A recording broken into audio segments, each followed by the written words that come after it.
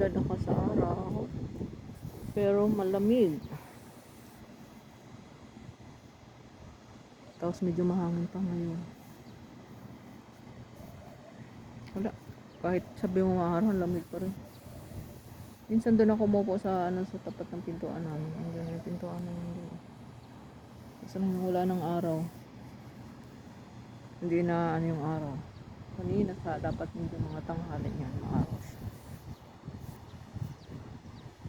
Pag nakaramdam na ako ng init, pag mainit na, yan, papasok ko may kakain ako. Tsaka malamig pa rin yung kamay ko. Lamig. Hindi ko ata nakita yung dalawang panay lumabas sa pintuan na yan. Doon pala pintuan nila. Ayan pang yan.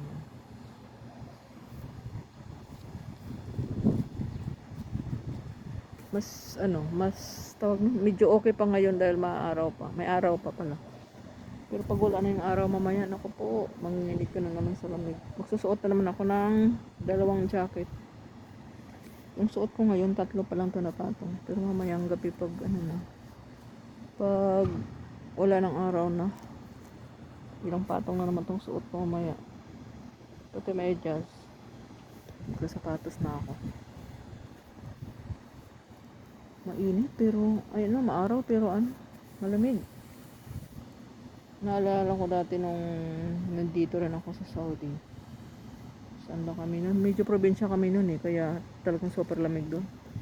Maaga pa lang nasa labas na ako. Nagpapaaraw. Pero malamig pa rin. Malamig pa rin. Kasi tapos lang ako.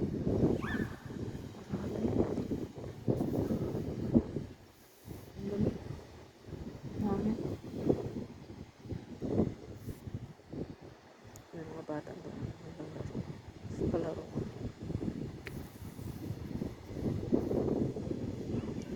Mahangin kasi kaya parang nadadala na rin yung init na araw pero malamig.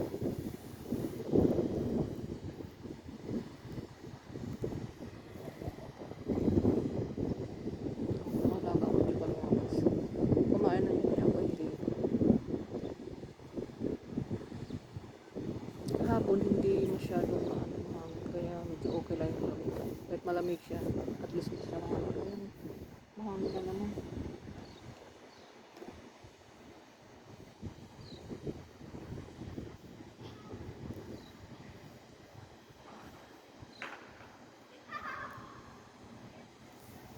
Yung swimming pool yan dito sa likod. Swimming pool yan. Tapos doon sa dulo. Kabilang side, dulo-dulo yung swimming pool. Kaya pag summer, puno ang swimming pool sa mga bata hanggang gabi. Kahit alaga ako. Ngayong marunong siya lumangoy. Gusto niya maligo na araw-araw. Pagdating ng galing school, gusto niya maligo na siya. Hindi man lang uminit yung noo ko. Kahit yung kamay ko. Hindi man lang uminit. Lamig. Kung tutuusin yung suot ko, mainit to Lalo pag naarawan siya, mainit ang tela. Pero wala, hindi mo lang nakaramdam ng init. Pasok mo na ako, kakain ako maya-maya. After 1 minute, talikod muna tayo sa araw. Paarawan natin ating likod.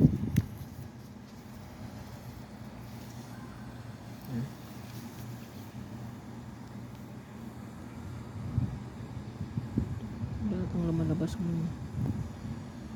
Mga bata at saka mga nani. Dito ay yung katabi namin pintuan, yung dalawang Pinay yun dyan. Tapos yung ito dito sa likod ko. Katapat kami ng pintuan. Marami kami ditong Pinay. Hindi lang sila lalabas. Kasi mga alaga nila malalaki na. Lumalabas lang sa minsan pag tinatawag na umuwi. Yung akin, 4 na taon, araw-araw na sa galaan. Hanggang gabi. Lalo pag walang pasok, naku, alas 11. Sa labas pa yan. Pero pag may pasok, mga 8:30 yan. Uwi na yan kami kasi matutulog na siya. Kaya hinayaan na lang sa pag walang pasok. Ang sarap ng init sa likod ko. Sarap. Sige, umaraw ka pa sa likod ko.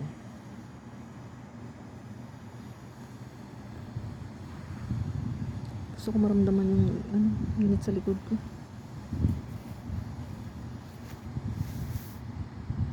Tapos yung dito banda naman harapan ko malamig. Kaya lilipat harap na naman ako sa araw. Ayan. O diba? Sa araw na naman ako nakaharap. Kanina nakatalikod.